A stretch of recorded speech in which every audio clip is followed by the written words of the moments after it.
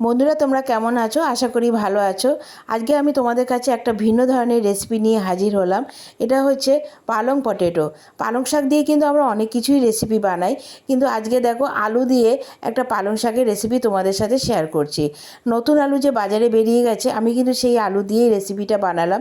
প্রথমে আমি আলুটাকে ভালো মতন ধুয়ে নিয়েছি, কারণ নতুন আলুতে কিন্তু প্রচুর পরিমাণে মাটি থাকে। তাই আলুগুলিকে ভালো করে ধুয়ে আমি সেদ্ধ করে নিয়েছি।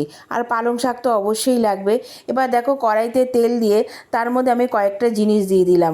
ছোটো এলাচ, বড় এলাচ, দারচিনি, লবঙ্গ, টমেটো, আদা কুচি, আর দিয়ে দিলাম পালং শাক, আর দিয়ে দিয়েছি ধনেপাতা। আমি কিন্তু এখানে পালং শাকটাকে সেদ্ধ করে নিইনি, এখানে কিন্তু আমি এটাকে কড়াইতে টেলে নেব। আর দিয়ে দেবো আন্দাজ মতো নুন আর কয়েকটা কাজু বাদাম। এবার দেখো পালং শাকটা যখনই কড়াইতে দিয়েছি অনেকটা পরিমাণে কিন্তু জল ছেড়ে দিয়েছে। এদিকে কিন্তু জলটাকে আমাকে সম্পূর্ণ শুকিয়ে নিতে হবে।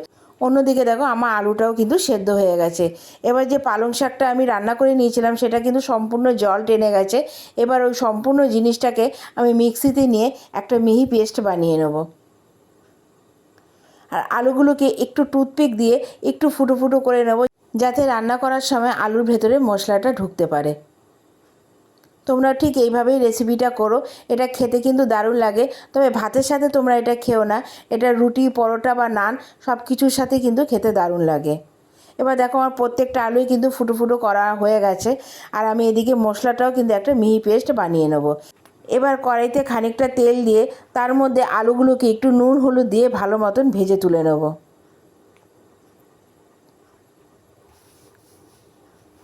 এটা কিন্তু নতুন আলু দিয়ে খেতে ভালো লাগে। তোমরা অবশ্যই এটা নতুন আলু দিয়েই ট্রাই করো, কারণ এখন কিন্তু শীতকালে বাজারে নতুন আলু চলেই এসছে।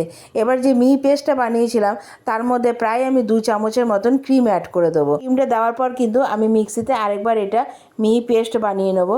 এবার দেখো নুন হলুদ দেওয়ার পর আলুটা একটু লাল লাল করে ভাজা অবধি অপেক্ষা করতে হবে। আলুটা যখন লাল লাল করে ভাজা হয়ে যাবে আমি তখন আলুগুলো এক এক করে তুলে নেবো। তোমরা কিন্তু বাড়িতে অবশ্যই একবার ট্রাই করো আর আমাকে কমেন্টস করে জানিও যে রেসিপিটা কেমন হলো।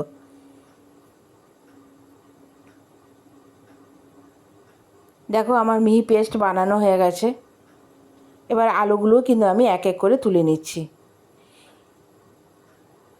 এবার কড়াইতে আবার খানিকটা তেল দিয়ে দেবো।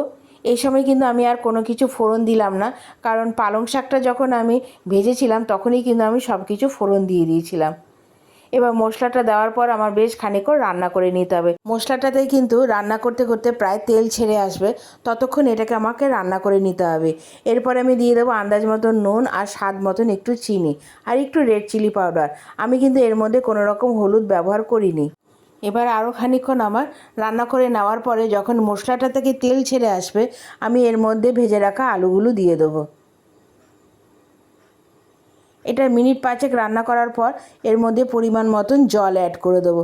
এই রেসিপিটাও কিন্তু একটু ঘন ঘনই হবে, তাই খুব পরিমাণ জল তোমরা এর মধ্যে অ্যাড করবে না। আলুটা যেহেতু আগে থেকেই সেদ্ধ করা আছে তাই খুব একটা জল এর মধ্যে লাগবে না।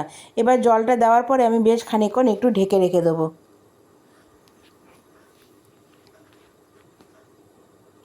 দেখো আমার রান্নাটা কিন্তু প্রায় কমপ্লিট। এরপরে কিন্তু একটা কাজ অবশ্যই আছে। আমি একটা তড়কা প্যানে কিছুটা বাটার, তার মধ্যে দিয়ে দেবো 2টো কাঁচা লঙ্কা, কিছুটা রেড চিলি পাউডার, আর দিয়ে দেবো কয়েকটা কাজু বাদাম। এটা অবশ্যই অপশনাল, কাজু বাদামটা তোমরা না দিলেই পারো। এটা আমি একটু টেস্টের জন্য এটা অ্যাড করেছি। এবার এটা যখন 2 মিনিটের মতো নাড়াচাড়া করার পর একটু বাটারটাও গলে আসবে আর লঙ্কাটাও একটু নরম হয়ে আসবে, তখন আমি এই সম্পূর্ণ জিনিসটা আলুর মধ্যে দিয়ে দেবো। দিয়ে দেওয়ার পরে কিন্তু আমার রেসিপিটা কিন্তু দেখো প্রায় কমপ্লিটই হয়ে এসছে। এবার কিন্তু আমি গ্যাসটা অফ করে দেবো। নামানোর আগে আর দিয়ে দিলাম 1 চামচের মতন গরম মশলা। আমার রেসিপিটা কেমন লাগলো তোমরা কিন্তু অবশ্যই আমাকে কমেন্টস করে জানিও। আর রেসিপিটা যদি ভালো লাগে তাহলে অনুরোধ রইল এটা লাইক কমেন্ট একটা শেয়ার করে দিও। আর আমার চ্যানেলটা অবশ্যই সাবস্ক্রাইব করে দিও। শীতকালে কিন্তু এই রান্নাগুলো খেতে বেশ ভালোই লাগে। তোমরা কিন্তু বাড়িতে একবার ট্রাই করতে ভুলো না। আর আমাকে কমেন্টস করতেও তোমরা ভুলে যেও না। আমি কিন্তু তোমাদের কমেন্টসের অপেক্ষায় থাকি। আসবো আবার একটা নতুন রেসিপি নিয়ে। তোমরা সবাই ভালো থাকো, সুস্থ থাকো। আবার দেখা হবে। এখনের জন্য টাটা।